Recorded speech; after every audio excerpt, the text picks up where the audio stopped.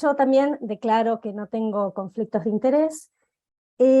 Mi foco en esta oportunidad, lo que quiero compartir con ustedes, es un aspecto importante de el monitoreo y la fiscalización del cumplimiento del Código de Comercialización de Sucedáneos, que es los canales institucionales para la recepción de denuncias. Quiero contar mi experiencia transitando varios de estos canales y las respuestas con las que me fui encontrando.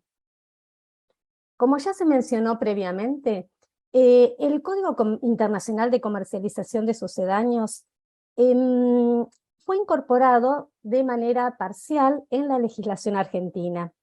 Hay una resolución del Ministerio de Salud del año 1997, que aquí no la escribí, que acepta el código en todos sus términos, pero es una resolución del Ministerio de Salud. Con mayor rango se da la incorporación en el año 2007 al Código Alimentario Argentino, incluyéndolo en el artículo 1359 bis. En este artículo se incluye el código, salvo los artículos 6 y 7 que están referidos al personal y las instituciones de salud. El resto de los artículos se incorporan. Luego, en el año 2013, sale la Ley de Promoción y Concientización Pública de la Lactancia, que se reglamenta en el año 2015. Y otra incorporación importante a la legislación es el artículo 1353 bis, que también ya fue mencionado, en el año 2018, que entra en vigencia en el 2019. Una cuestión importante que planteó la ley de lactancia es esclarecer que el alcance del código es hasta los 2 años de vida de niños y niñas. Esto es también nuevamente reafirmado en el artículo 1353 bis, en el que además se detallan disposiciones para la composición, el rotulado y la no publicidad de las fórmulas para lactantes. Como también mencionó previamente Sonia, la OMS periódicamente publica un documento sobre el estado del código en los marcos normativos de los países.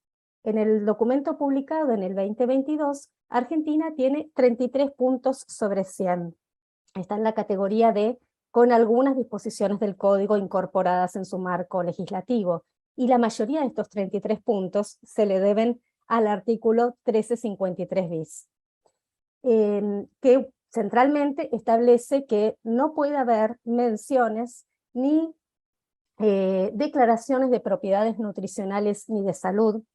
Tipifica con mucho detalle las leyendas obligatorias, y también establece que en la tabla de información nutricional deben desglosarse entre los carbohidratos, los mono y disacáridos, es decir, que el consumidor puede conocer cuántos azúcares agregados tiene el producto en cuestión. Ahora, entonces vemos que ha habido mejoras en el marco normativo. Respecto a los relevamientos que presentaron Gisela, que fue realizado en el 2017, el de Sonia y sus estudiantes en el año 2019, el artículo 1353 bis entra en vigencia en noviembre del 2019. Entonces, mi interés fue empezar a ver si estos cambios, estas mejoras normativas habían tenido algún correlato con el entorno de comercialización. Y a partir de advertir que no hubo esas mejoras, empezar a realizar las denuncias en los canales que están establecidos. ¿Por qué? Porque el Código de Comercialización plantea en el artículo 11, el de aplicación y vigilancia, que la responsabilidad de la aplicación y la vigilancia corresponde a los gobiernos, a los estados, pero a su vez también plantea que las organizaciones no gubernamentales, los grupos profesionales, las instituciones, los individuos interesados deben considerarse obligados a señalar incumplimientos. Hay un documento muy sencillo que publicó OMS en el 2020 referido a las responsabilidades que nos corresponden a los trabajadores de la salud en relación al código, y que, bueno, aquí hay un enlace de una traducción al castellano. Interpelada por esta responsabilidad como profesional de salud, empecé a transitar estos caminos para conocer y ver qué resultados daban los mecanismos de denuncia que están previstos. Respecto a etiquetado, los canales a los que uno puede recurrir son al matinal y a las autoridades sanitarias de las provincias y Ciudad de Buenos Aires, o sea, de las jurisdicciones del país, y a defensa del consumidor. Respecto a si uno ve incumplimientos en la publicidad, uno puede recurrir al programa de monitoreo y fiscalización de la publicidad de ANMAT, a la Defensoría del Público de Medios Audiovisuales, al área de lealtad comercial del Ministerio de Producción y al Consejo de Autorregulación Publicitaria. Bueno, en relación, hago un apartado antes de ir comentando sobre una experiencia de denuncia en relación a etiquetado. ¿Por qué estos son los canales de denuncia, los que recién mencioné? En la década del 90 se constituye el Sistema Nacional de Control de Alimentos, integrando en una red nacional a los organismos de control nacional y de las provincias, para asegurar el cumplimiento del Código Alimentario Argentino en todo el territorio nacional. Se trata de una competencia concurrente entre nación y provincias y Ciudad de Buenos Aires. Por un lado, la jurisdicción en la que está el establecimiento elaborador o fraccionador es la que otorga la autorización de producción y da el número de registro de producto, lo que se llama RNPA, Registro Nacional de Producto Alimentario. Y para los importados, esta función la cubre el INAL, el Instituto Nacional de Alimentos. Luego, las jurisdicciones de destino, es decir, en la que se comercializa el producto, también tiene responsabilidad en la verificación de las condiciones higiénico-sanitarias, bromatológicas y de identificación comercial, o sea, el rotulado.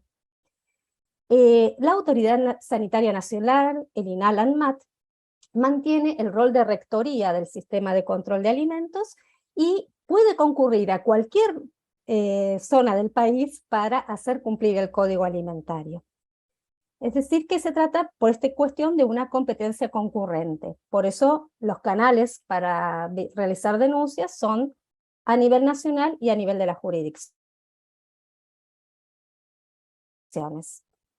En lo que son las fórmulas para lactantes, como también las expositoras antecesoras comentaron, en el país actualmente, en el 2022, hay 3 empresas. O sea que se trata de un mercado oligopólico altamente concentrado. Estas empresas son, por un lado, Danone Nutriciabago, el grupo Ruemers y Nestlé. Estas 3 empresas comercializan 8 marcas que se producen en 6 establecimientos elaboradores que están en estas 4 provincias, y además hay algunas que son importadas. Las provincias de Santa Fe y Córdoba tienen establecimientos elaboradores que producen las fórmulas en su presentación líquida, en su gran mayoría. Y Entre Ríos y Buenos Aires, establecimientos elaboradores que producen la presentación en polvo. Y el INAL, a través del INAL se importan presentaciones en polvo. Entonces son estas 5 autoridades sanitarias las que están interviniendo en la autorización de las fórmulas para lactantes en el país. Bueno, comento un caso. También aquí el que aparezca la marca tiene que ver con estos fines académicos de discusión y de ejemplificación. Ya este ejemplo fue citado también precedentemente. Mi interés estuvo focalizado en el incumplimiento de la legislación actual en nuestro país. Y entonces, este envase de fórmula de inicio Vital 1 incumplía el artículo 1353 bis al incluir declaraciones nutricionales y de salud, al no consignar los ingredientes opcionales por debajo de la denominación de producto, al no enumerar en la tabla de información nutricional cada mono y disacárido. Y la leyenda obligatoria aviso importante no tenía ni el tamaño exigido, ni el contraste, ni la legibilidad. El artículo 1359 bis era incumplido al incluir textos e imágenes que idealizan la utilización del producto y al incluir una invitación a contactarse con la empresa.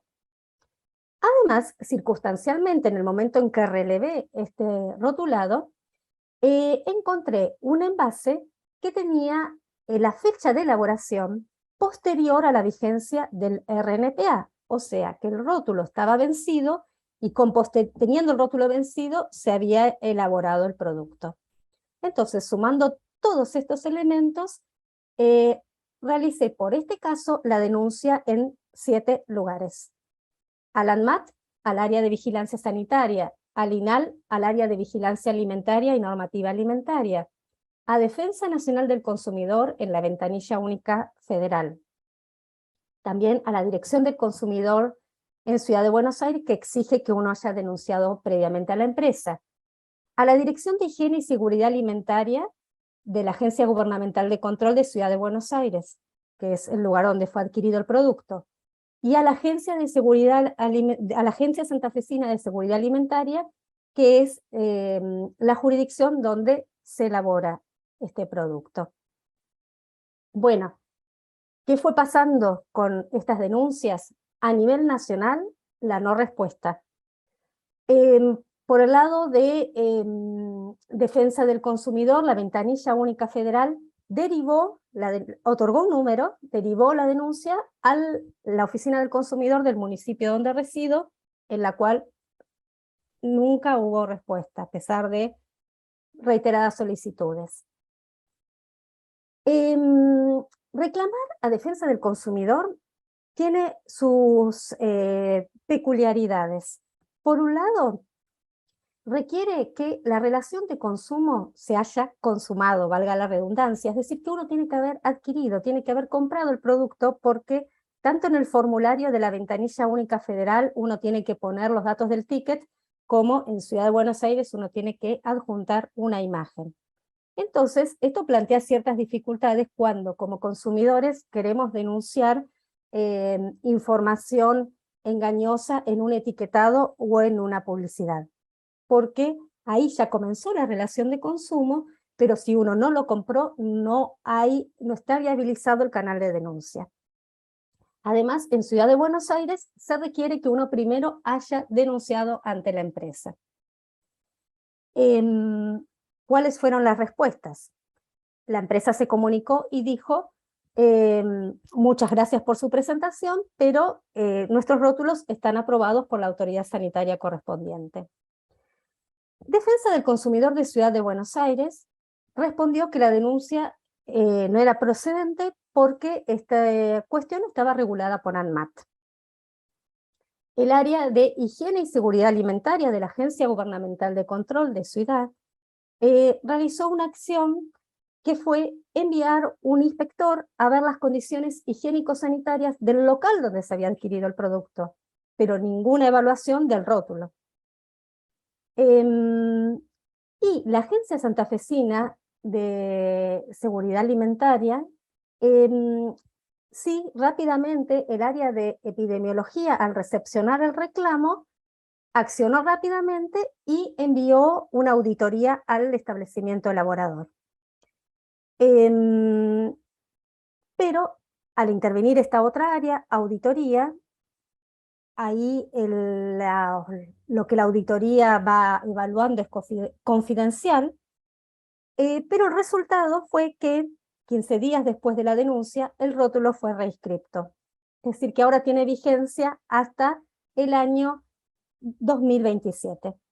Y no solo eso, sino que 3 días después también la empresa obtuvo el registro de otro RNPA para el mismo producto con un pequeño cambio de formulación, pero con el mismo rotulado, incumpliendo de la misma manera el artículo 1353 bis y 1359 bis del Código Alimentario. Entonces, acá hay un gran problema, que es que las empresas están incumpliendo, pero los organismos fiscalizadores terminan avalando estos incumplimientos. Bueno, respecto a otro de los ejemplos que quería compartir, publicidad. Publicidad, he venido presentando denuncias desde el año 2016, cuando se reglamentó, después de que se reglamentó la ley de lactancia, porque al plantear que el alcance del código es hasta los 2 años, hubiera sido esperable que la publicidad de las llamadas leches modificadas, las inscriptas como leches modificadas a partir del año, llamadas en otros países como leches de crecimiento, que estas publicidades hubieran empezado a desaparecer de nuestros entornos, cuestión que no sucedió. Voy a comentar el caso de una campaña muy reciente de este año. En junio del 2022, Sancor Bebé lanza una campaña radial y televisiva en la que elabora un spot radial y televisivo en el que va de manera alternada usando imágenes y enunciaciones que refieren a 2 productos. Sancor Bebé 3, que es una leche modificada para niños a partir de 1 año, con lo cual en nuestra legislación actual queda bajo el alcance del Código de Sucedáneos, y otro producto que es Sancor Bebé 3 más, una leche modificada para niños a partir de los 2 años, con lo cual en nuestra legislación queda por fuera de ser considerado sucedáneo. En el spot radial, la canción que suena es la de Sancor Bebé 3, pero al final la enunciación rápida dice la descripción de producto de Sancor Bebé 3 más. Y en el spot televisivo se va mostrando el envase de una y el logo de otra alternadamente. Entonces el foco de esta denuncia estuvo en plantearla como una publicidad engañosa. El término de publicidad engañosa está muy tipificado en distintas normativas en nuestro país, tanto en disposiciones de ANMAT, como en la Ley de Defensa del Consumidor, en la Ley de Lealtad Comercial, en el Código Alimentario, en el Código Comercial y Civil de la Nación. La publicidad engañosa es publicidad prohibida. Bueno, y además se sumó también entre los argumentos de la denuncia que uno de los productos nombrados en nuestra legislación está alcanzado por el código, es un sucedáneo, y a través del otro producto se estaba realizando una promoción cruzada. Bueno, esta denuncia fue presentada al programa de monitoreo y fiscalización de la publicidad de ANMAT, a la Defensoría del Público de Medios Audiovisuales, en el mes de julio. Aún se sabe que se recibieron las denuncias, acuse de recibo se recibió, pero aún no he conseguido que informaran respecto a qué tratamiento le van a dar a la misma. En otras oportunidades el tratamiento fue considerar que no había incumplimiento. Esa fue la respuesta. El área de lealtad comercial del Ministerio de Producción respondió desestimando los argumentos, con lo cual estamos junto con SANAR y Fundeps elaborando nuevos argumentos como para enviar una nueva nota, una solicitud de revisión. Y el Consejo de Autorregulación Publicitaria responde en agosto que había consultado a la agencia publicitaria, que había respondido que la campaña ya no estaba al aire, con lo cual no iban a realizar un análisis de la publicidad porque iba a devenir en abstracto, pero que habían indicado a la empresa que entonces los spots no estuvieran disponibles en sus redes sociales, en particular en el canal de YouTube. Cuestión que no se cumple. Entonces es un ejemplo cercano de cómo la autorregulación no funciona no solo porque suelen tener criterios muy laxos, sino que además cuando brindan una indicación, las empresas no están obligadas a cumplirla. La cuestión es que Sankoro B3 inicia con esta campaña publicitaria en el año 2009. Para el jingle tan pegadizo se adaptó una canción muy popular en Brasil que se llama Sopa, y quería compartirles 30 segundos.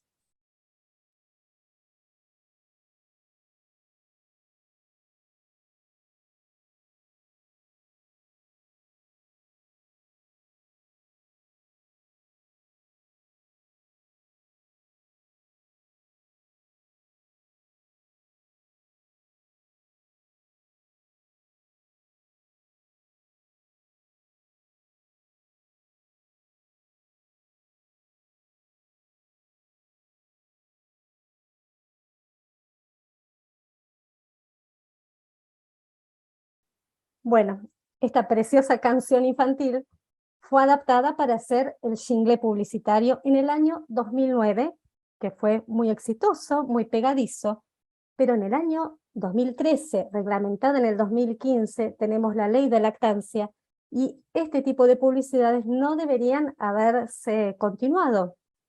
Sin embargo, periódicamente la marca reedita un nuevo spot y este fue en el año 2022, en el que con la misma melodía y partes de la misma letra, modificándola un poco, vuelve a hacer publicidad de este producto. Entonces, lo que es sumamente alarmante es que la mejora de los marcos normativos se está encontrando con una gran debilidad en su aplicación y entonces nos están viendo mejoras en nuestros entornos. Como para reflexiones finales, las estrategias de las empresas en cuanto al etiquetado pivotean en la omisión de información obligatoria y sumar gran cantidad de elementos publicitarios. En lo que es publicidad, está plagada de mensajes abusivos y engañosos. Esto se correlaciona con tendencias a nivel mundial. Las infracciones relacionadas con el etiquetado mayormente están vinculadas a la presencia de declaraciones de propiedades nutricionales y saludables.